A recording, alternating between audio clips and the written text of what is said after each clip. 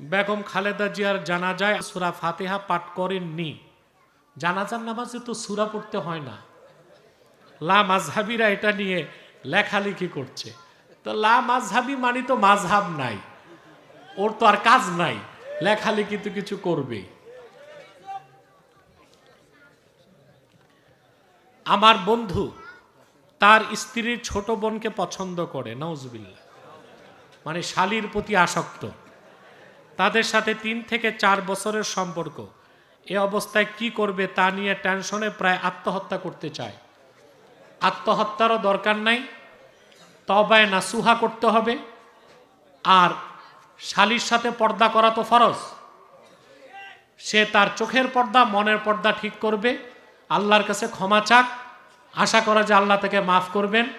এতে সে গুনাহ থেকেও বাঁচবে, আত্মহত্যাও করতে হবে না। যুবকদের হাতে রূপার ব্রেসলেট ব্যবহার করা জায়েজ কিনা। আরেকটা প্রশ্ন, পুরুষদের গলায় রূপার চেন ব্যবহার জায়েজ কিনা। হ্যাঁ, রূপার চেন আংটি পরিধান করা যাবে, তবে উত্তম হচ্ছে 4.5 তোলার কম হওয়া, এর বেশিটা না হওয়া।